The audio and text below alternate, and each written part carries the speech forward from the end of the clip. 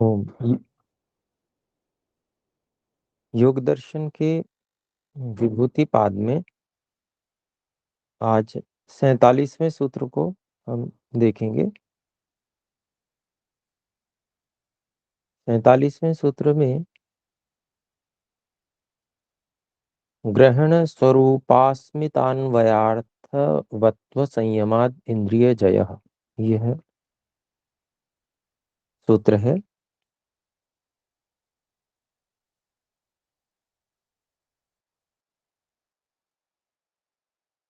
तो इसमें जो पहला पद है उसमें कुछ अलग अलग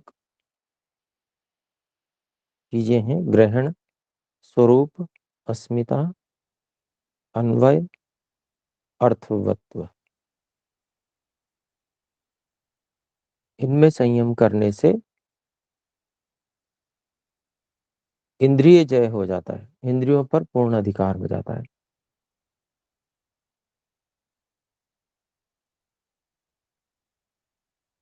तो इसके विषय में भी महर्षि व्यास जी बता रहे हैं।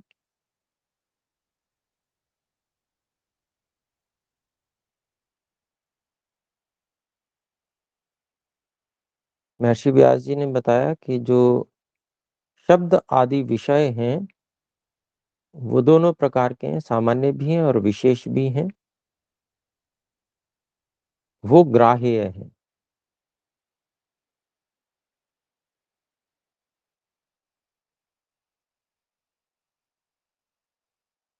जो विषय हैं वो ग्राह्य हैं,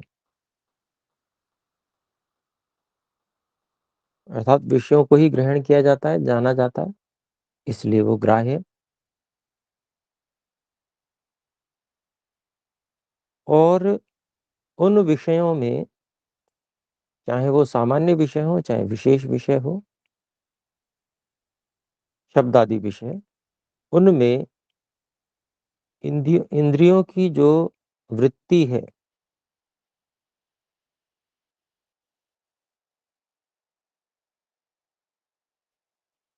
उसको ग्रहण कहा गया है।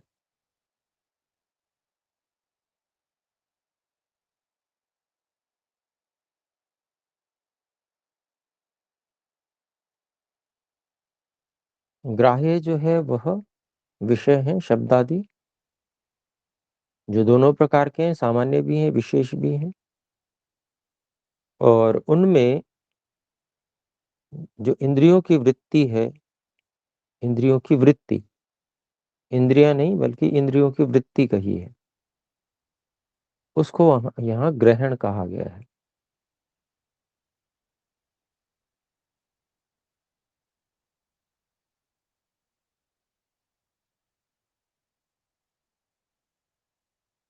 तो इंद्रियों की वृत्ति जो है, मतलब इंद्रियों का जो व्यापार है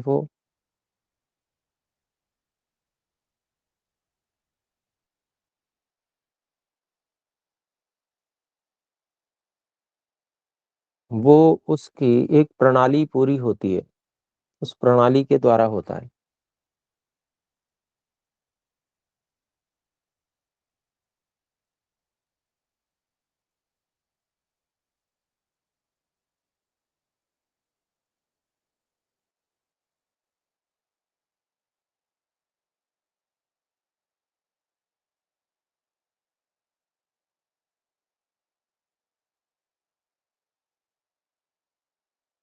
तो ये जो इंद्रियों की वृत्ति, व्यापार, इंद्रिय प्रणाली कह लें,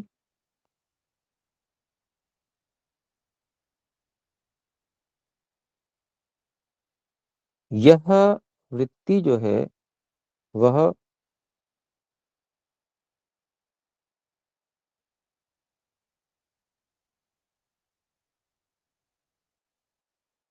सामान्य मात्र की ग्रहणात्मक नहीं है।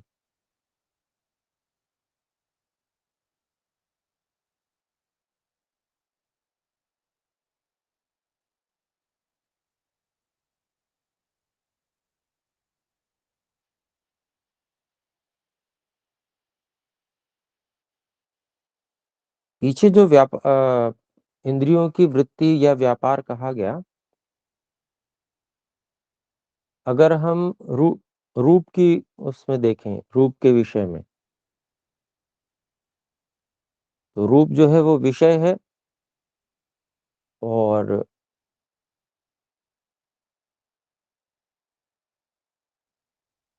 नेत्रेंद्रिय की वृत्ति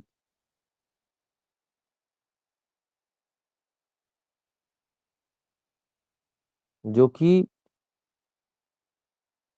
नेत्रेंद्रिय का व्यापार जो कि विषय से सन्निकृष्ट होता है, अर्थात सन्निकृष्ट होता है मतलब विषय तक पहुंचता है, रूप विषय तक, ये पूरा व्यापार,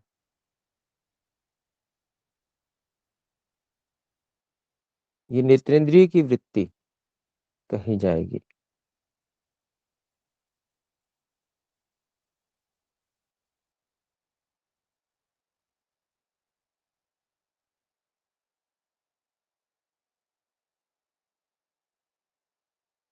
तो विषय तो सामान्य और विशेष रूप से ग्रहण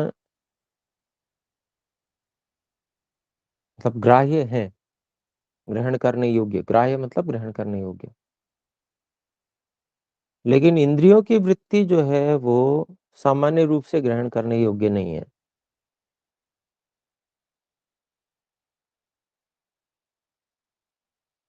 इंद्रिय की जो वृत्ति है उसको हम सामान्य रूप से अनुभव नहीं कर सकते,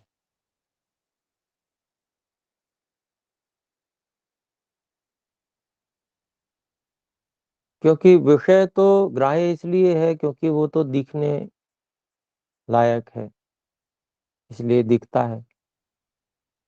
ऐसे ही शब्द के विषय में भी होगा, ये तो रूप के विषय में मान लो वो दिखने लायक है, ऐसे ही शब्द के विषय में भी, शब्द भी सुनने लायक है, इसलिए वो सुनाई पड़ रहा है। इंद्रिय की वृत्ति उसमें माध्यम है, लेकिन इंद्रिय की वृत्ति स्वयं वो नहीं पता चलती।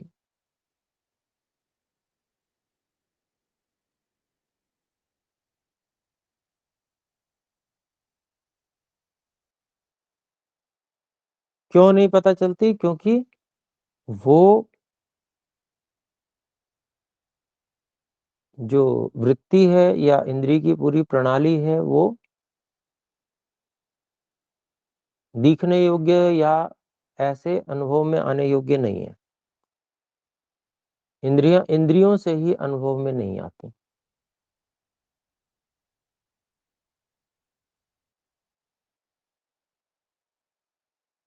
बल्कि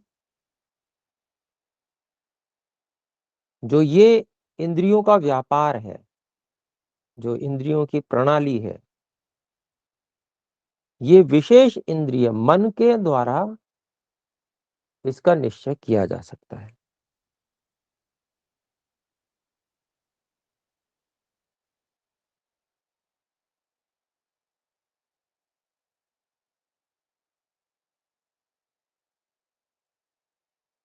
और किया भी जाता है।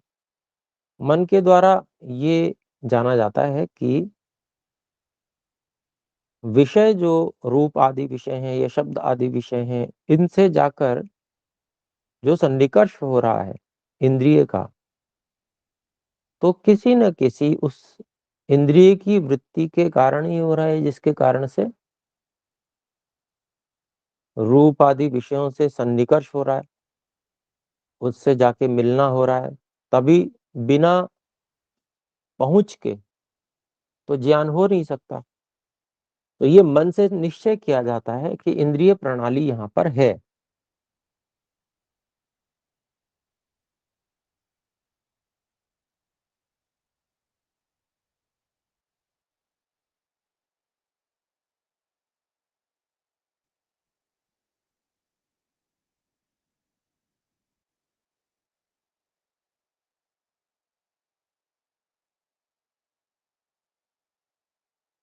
तो ये एक बात हो गई।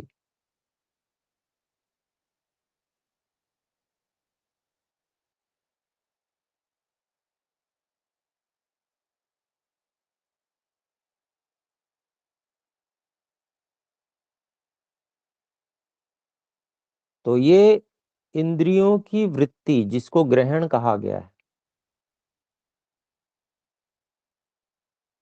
उस पर मन के द्वारा संयम किया जाएगा, क्योंकि वो मन से निश्चय करने योग्य है।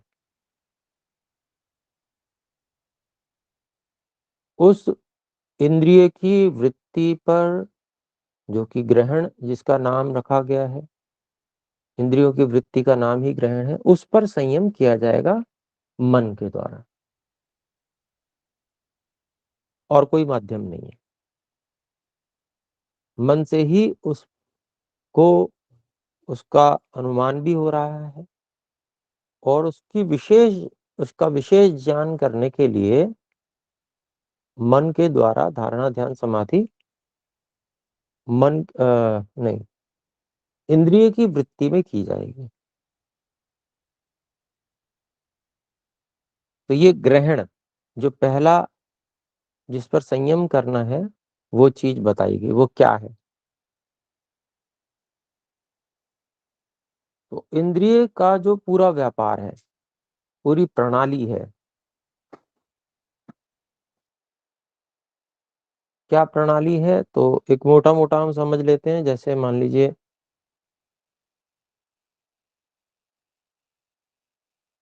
हम जहां पर हैं, हमारे सामने मन है, और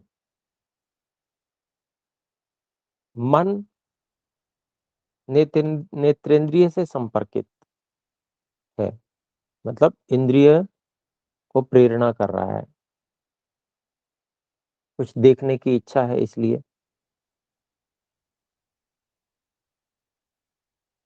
तो मन अपने ऑफिस से, कार्यालय से, जो मन मान लीजिए मस्तिष्क उसका कार्यालय है, वहां से सूक्ष्म इंद्रिय को प्रेरित करता है, और सूक्ष्म इंद्रिय अपनी बाहरी प्रणाली को प्रेरित करती है। तो बाहरी प्रणाली क्या हुई? प्राण शक्ति ही है, वो विशेष प्राण शक्ति जो उस इंद्रिय का संयोग करती है, सहयोग करती है।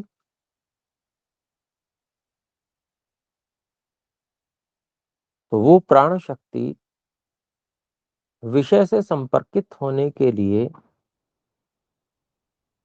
गति करती है, और विषय से संपर्कित होकर सूचना ग्रहण करके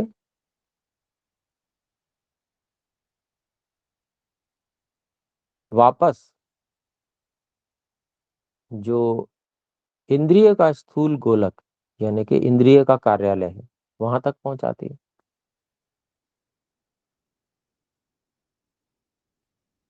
वहां से फिर पुनः मस्तिष्क तक संदेश आता है, और मस्तिष्क मस्तिष्क से, ये इंद्रिय प्रणाली ही चल रही है ये सब। अब यहाँ से मन का कार्य शुरू हो गया, मस्तिष्क से फिर मन में संकेत आता है, और मन तदाकार हो जाता है, जिसको कि हम देखते हैं। तो ये एक इंद्रिय प्रणाली हुई, ये एक क्रम हो गया, एक व्यवस्था हो गई, जिस व्यवस्था के अंतर्गत इंद्रिय कार्य कर रही है, इंद्रिय का व्यापार चल रहा है।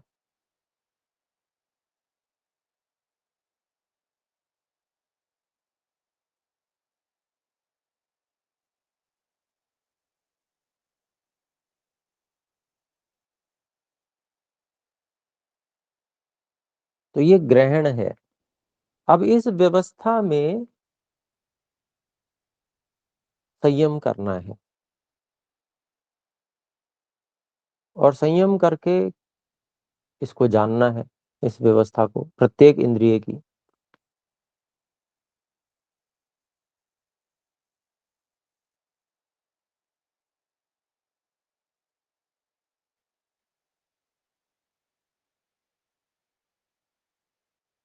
मन से जब उसका निर्धारण हो जाता है कि ये कार्य इस तरह से हो रहा है, तो वहां पर धारणा उसी इंद्रिय वृत्ति में एक इंद्रिय वृत्ति के विषय में विचार करते हैं और उसमें धारणा करते हैं, उसी का ध्यान करते हैं और उसमें समाधि होती है, तो उसका ज्ञान हो जाता है कि ये इंद्रिय वृत्ति इस तरह से कार्य कर रही है।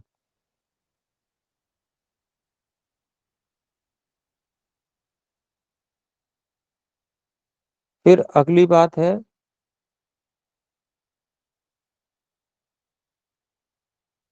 जो सूत्र में पहली बात ग्रहण कही गई थी, उसके बारे में महर्षि व्यास जी ने थोड़ा सा विवरण दिया और हमने समझने का प्रयास किया। अगला जो स्वरूप दिया हुआ है सूत्र में, पद पहला है ग्रहण, फिर है स्वरूप। 5 चीजें दी गई हैं इसमें: ग्रहण, स्वरूप, अस्मिता, अन्वय, अर्थवत्व। तो स्वरूप के विषय में महर्षि व्यास जी बताते हैं।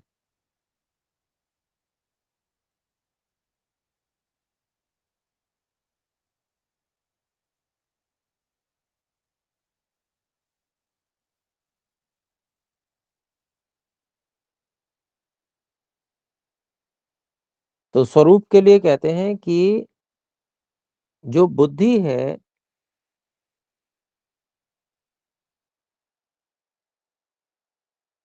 वो प्रकाश रूप है, सत्व प्रधान है, ऐसा।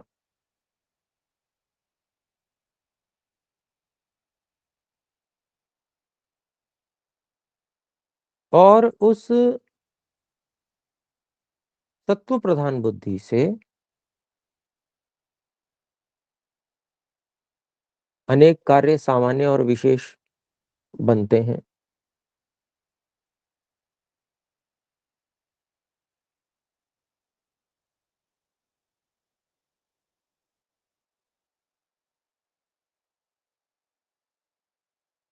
तो बुद्धि से सबसे पहले जो अहंकार बनता है, फिर अहंकार से इंद्रियों का निर्माण होता है।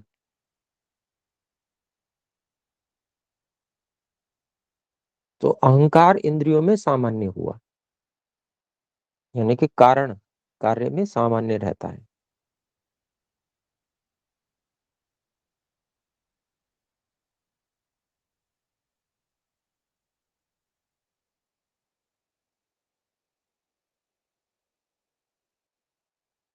सभी इंद्रियों में जो एक समान कारण है वो अहंकार है।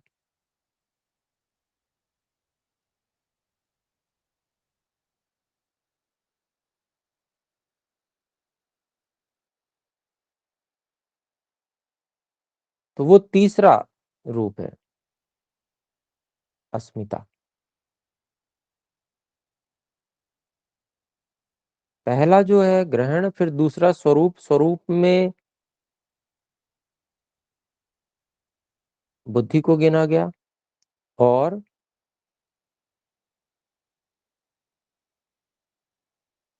इस बुद्धि से अहंकार बना हुआ है। तो तीसरी चीज है अस्मिता, उसको अहंकार के रूप में लेते हैं।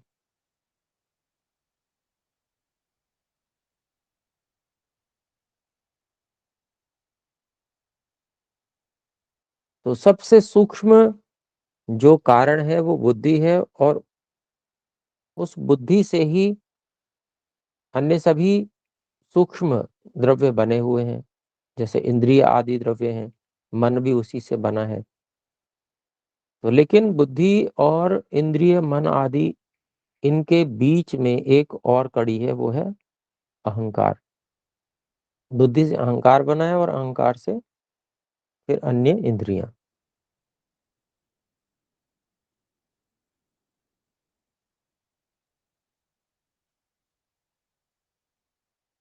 तो अहंकार जो है वो सामान्य है और इंद्रियां जो हैं वो विशेष हैं। अहंकार में कुछ थोड़ा परिवर्तन करके और इंद्रियों का निर्माण कर दिया गया।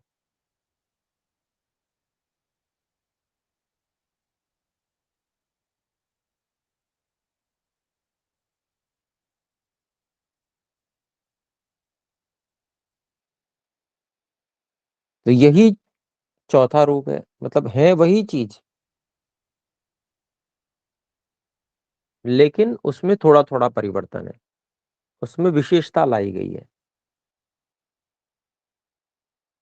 तो अस्मिता के बाद में जो अन्वय,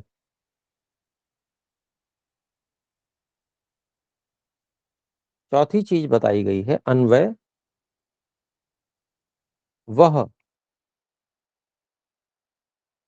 महर्षि व्यास जी बताते हैं कि वो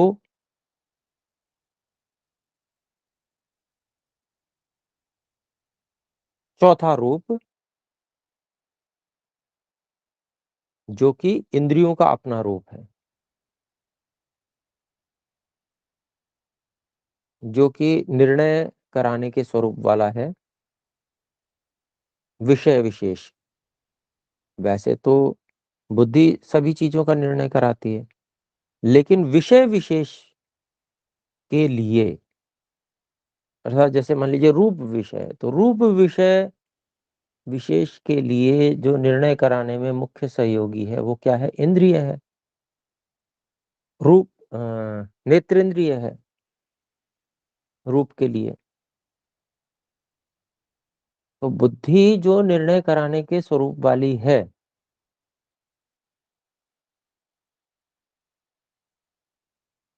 जब वही बुद्धि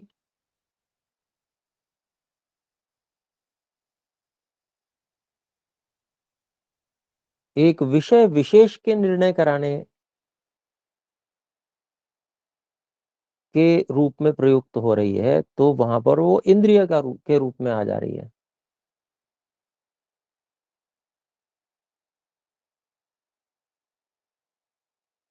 और प्रकाश क्रिया जो स्थिति तीन सत्व रज तम के गुण विशेष हैं,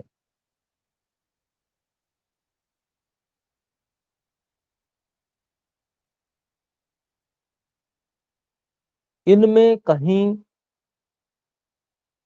इंद्रिय और उसके विषय विशेष के लिए कुछ ऊपर नीचे परिवर्तन किया जाता है ईश्वर के द्वारा इंद्रिय विशेष के निर्माण के लिए। अर्थात इंद्रिय विशेष में मान लीजिए नेत्रेंद्रिय है जो रूप का ही परिज्ञान कराती है, तो वहां पर प्रकाश की प्रधानता, प्रकाश और क्रिया की प्रधानता है, अर्थात सत्व और रज की प्रधानता है। तमोगुण का वहां पर बहुत कम कार्य है। जबकि गंध का ज्ञान कराने के लिए जो घ्राणेन्द्रिय है, वहां मुख्य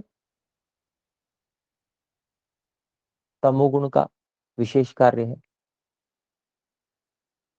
वहां सत्वगुण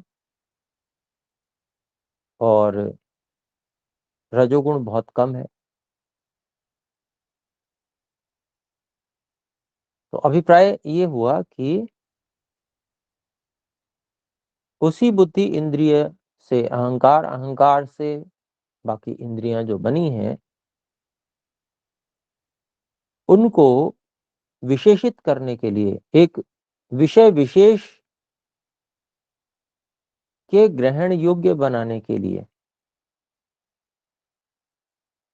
ईश्वर ने उसमें विशेष रूप में परिवर्तन किया हुआ है।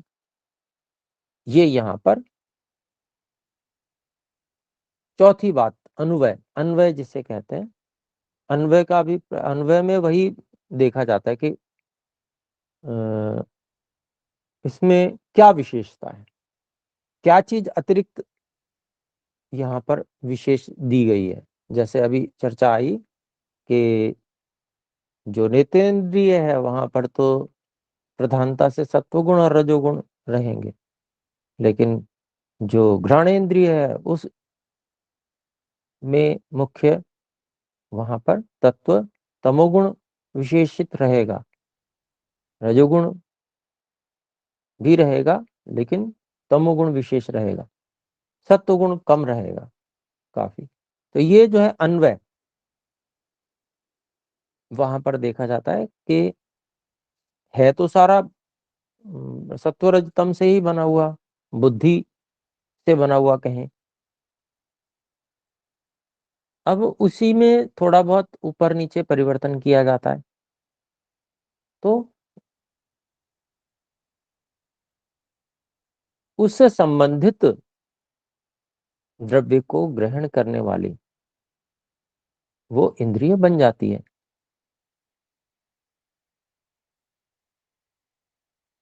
तो यद्यपि ये बहुत सूक्ष्म बातें हैं, यहाँ पर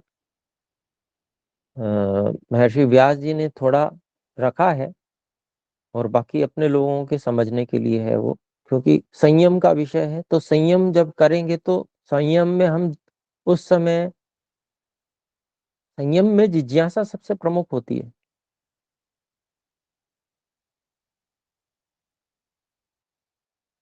जिज्ञासा को लेकर ही धारणा की जाती है, ध्यान किया जाता है। जिज्ञासा जिस विषय में जहां पर होती है, बस उस पर धारणा ध्यान होता है, और समाधि फिर वहां पर मिलती है, विशेष ज्ञान होता है।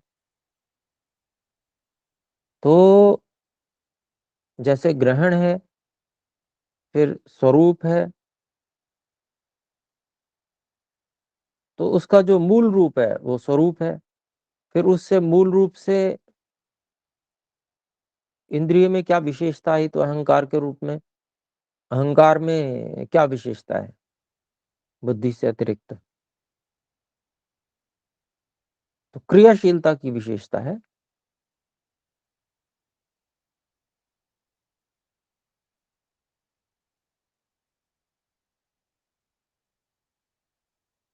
फिर क्रियाशीलता आ जाने के बाद भी इंद्रियों में और क्या विशेषता आई, क्योंकि वो वही अहंकार से बनी हुई है, इंद्रिया भी क्रियाशील है।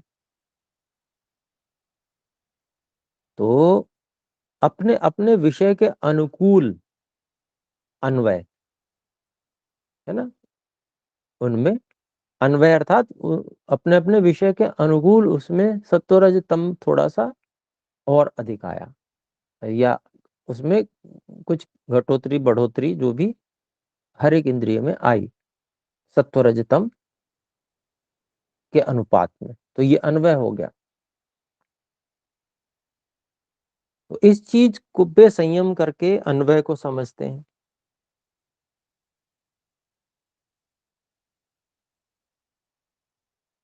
विषय बहुत सूक्ष्म है, क्योंकि बुद्धि विषय है, अहंकार विषय है, फिर अहंकार से जो निर्माण हो रहा है उसी चीज में हम, मतलब इंद्रिय में ही संयम कर रहे हैं, इंद्रिय वृत्ति में ही संयम कर रहे हैं। अब इंद्रिय की वृत्ति हो गई बाहरी और आंतरिक दो।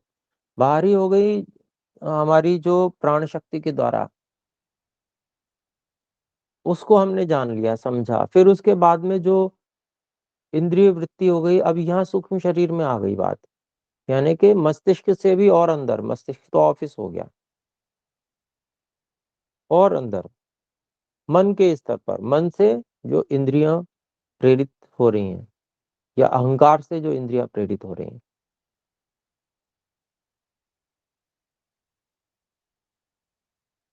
अब ये जो इंद्रिय शक्ति है जो सूक्ष्म शरीर का भाग है, अब इस पे संयम आ गया। ग्रहण जहां पर था वहां पर पूरा का पूरा विषय था, इंद्रिय वृत्ति कहां से कहां तक है,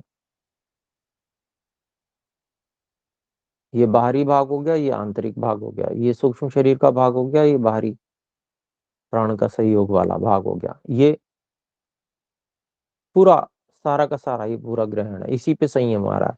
फिर उसके बाद में अब इसका और विश्लेषण, कि इसका जो सबसे सूक्ष्म भाग है, अर्थात जो आंतरिक सूक्ष्म शरीर का भाग है, इसमें जो इंद्रिय है इसमें क्या लगा हुआ है, ये इसका जो मटेरियल कॉज है, क्या किस चीज से ये बनी हुई है, तो ये निर्णय कराने के स्वरूप वाली है, पता चल रही है। तो बुद्धि निर्णय किसी विशेष विषय का निर्णय करा रही है, निर्णय तो करा ही रही है, तो इसका मतलब बुद्धि यहाँ पर है, इसको समझा।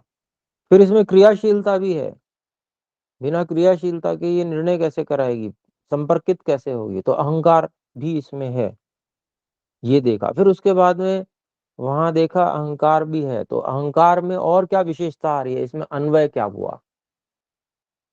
अहंकार तो एक कॉमन चीज हो गई ना क्रियाशीलता के लिए, लेकिन उसमें भी और क्या विशेषता आई, अन्वय क्या हुआ, और क्या जुड़ा, क्या घटा, क्या कम हुआ, क्या ज्यादा आया, ये अन्वय।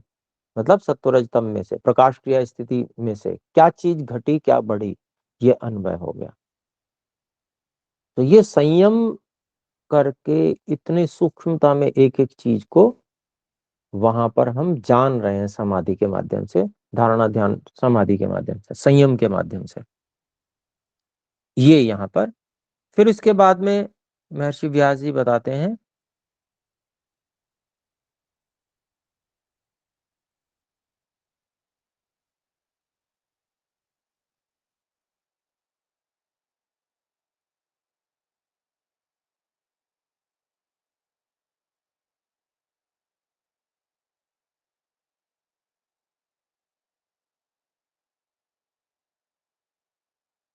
पांचवा रूप, पांचवा रूप हमारा है अर्थवत्व।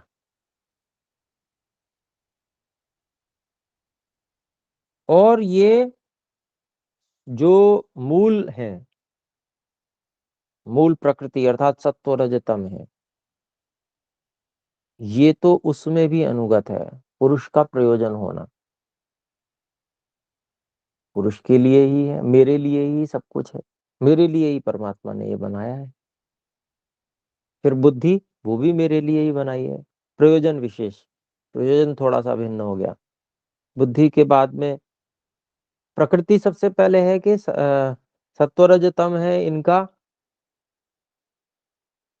मुझे कर्मफल देने के लिए इनका उपयोग किया जा रहा है ना, यही तो प्रयोजन है, कर्मफल देना। भोग और अपवर्ग कर्मफल के अनुसार ही तो है। तो ये जो प्रयोजन है, भोग और अपवर्ग का प्राप्त कराना कर्मफल के अनुसार, और उसमें फिर बुद्धि का उपयोग, उसमें फिर अहंकार का उपयोग, अहंकार से बाद में फिर उसके बाद में जो इंद्रिय अहंकार से बनी है, तो उसका भी उपयोग मेरे कर्मफल के लिए, उसका जो अर्थवत्व है, उसकी जो प्रयोजनता है, वहां पर उसमें भी संयम होता है। यानी कि पूरा कंप्लीट एकदम, हर चीज, कोई चीज छूटती नहीं वहां पर। संयम में सारे विषय, पांचों के पांच विषय जो हैं, इसमें कुछ भी नहीं छूटता, सब कुछ आ गया। तो संयम के विषय से ये सब भी समझ में आ जाता है।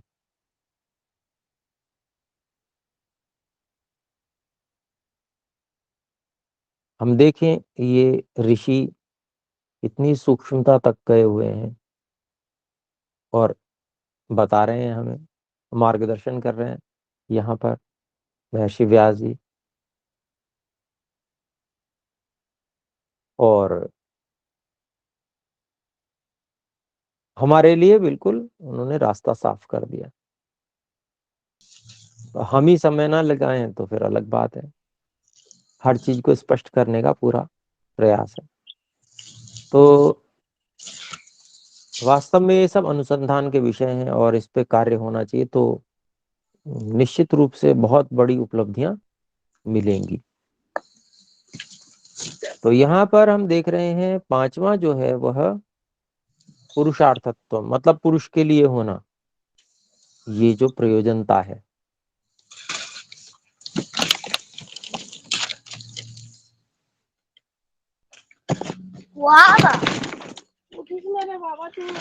ओम, आप में से किन्हीं का अनम्यूट हो गया है, उसे म्यूट कीजिएगा, आवाज पीछे से आ रही है। हाँ जी, तो देखिए यहाँ पर जो फिर यहाँ बताया अंत में महर्षि व्यास जी ने, ये पांच जो इंद्रिय रूप हैं, इनमें क्रम से जो है संयम करता है व्यक्ति, एक एक चीज को लेता है, समझता है योगी। और हर चीज को समझकर ईश्वर के संकल्प को उसमें ज्यों का त्यों समझ जाता है, और संकल्प की शक्ति अपनी भी समझ जाता है।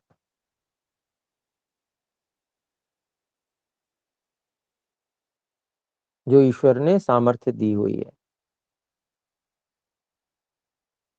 कि ये किस प्रकार से संकल्प से, जिज्ञासा से जानता है, और संकल्प को समझता है कि संकल्प से कार्य करते हैं सब कुछ, संकल्प मात्र से, इच्छा और प्रयत्न के द्वारा ये सब चीजें कार्य करती हैं। इस चीज को जब वो समझ जाता है तो फिर योगी का इंद्रिय जय ये प्रकट होता है।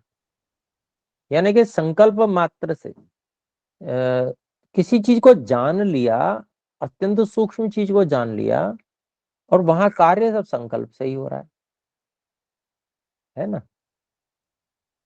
हम देखना चाहते हैं, संकल्प करते हैं तो देखते हैं, नहीं देखना चाहते, सुनना चाहते हैं तो सामने सब कुछ होते हुए भी नहीं देखते, केवल सुनते ही हैं।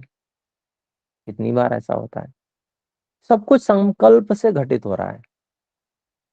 हम जैसा करना चाहते हैं उसका निश्चय करते हैं अंदर, और जब मूल चीज को पकड़ लिया तो सब पर जय हो गई,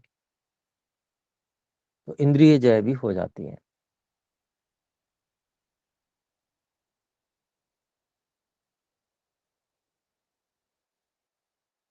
तो ये इसका अत्यंत सूक्ष्मता से विवेचन और ज्ञान, कैसे कण कण क्रियाशील हो रहा है, कैसे कण कण को जहां के तहां ज्यों का त्यों रोक दिया जा सकता है, मेरे संकल्प की कितनी सूक्ष्मता है। मैं जरा सा, इतना सा संकल्प करता हूं, इतना सा, और बाहर कितना बड़ा परिवर्तन हो जाता है। बाहर तक शरीर में कितना बड़ा परिवर्तन आ जाता है। जरा से मेरे सूक्ष्म संकल्प दिशा बदलने मात्र से ये अनुभूति आ जाती है, वहां पर समझ आ जाता है। और फिर जब अपने ऊपर नियंत्रण आ जाता है तो फिर इंद्रियों पे तो हो ही जाएगा। अर्थात अपनी जो स्थिति है और हमारे जो साधन अत्यंत सूक्ष्म है, बुद्धि आदि, ये अत्यंत सूक्ष्म साधन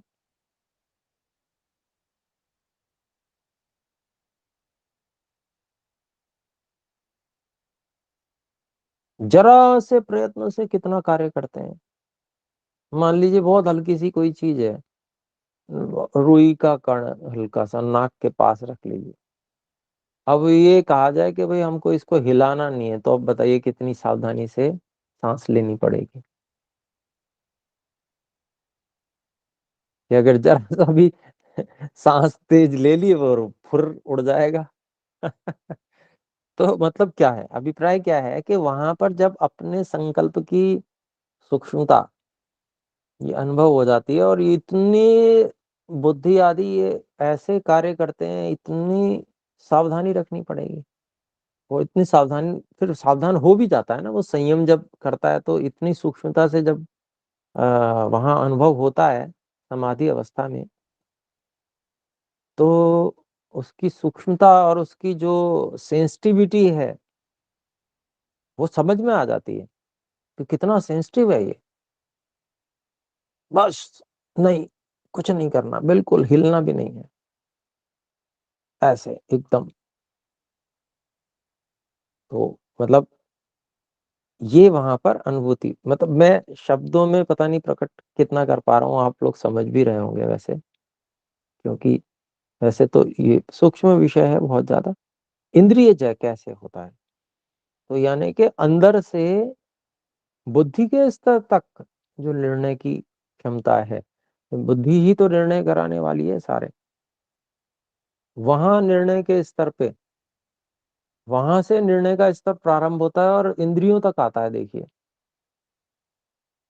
बुद्धि का ही गुण जो है, वो बुद्धि का ही गुण जो विशेष है, वो कहीं, क्योंकि बुद्धि सब चीज में अनुगत है, हर वस्तु में अनुगत है, तो वहां साधन के रूप में वहां भी वो कार्य कर रही है, क्योंकि निर्णय तो वो विषय विशेष का वहां भी करा रही है ना, इंद्रिय में भी। तो वो सूक्ष्मता कि कहाँ से इसका आरंभ हुआ है, पूरे के पूरे विषय को जब इंद्रियों के अंदर तक व्यक्ति समझता है और इस प्रकार से संयम से जानता है, तो उसको अपनी इच्छा की और प्रयत्न की सूक्ष्मता भी समझ में आती है कि मैं जरा सा हिला तो ये इधर हिला, ये कितना बड़ा परिवर्तन बाहर जाके आने वाला है। सारी चीजें जब समझ में आ जाती हैं तो इंद्रिय जय भी हो जाता है। फिर उसके बाद में देखिए, जब इंद्रिय जय होगा उसके बाद में क्या मिलेगा, वो अगले सूत्र में अगली कक्षा में करेंगे। आइए एक बार ओम का उच्चारण करते हैं।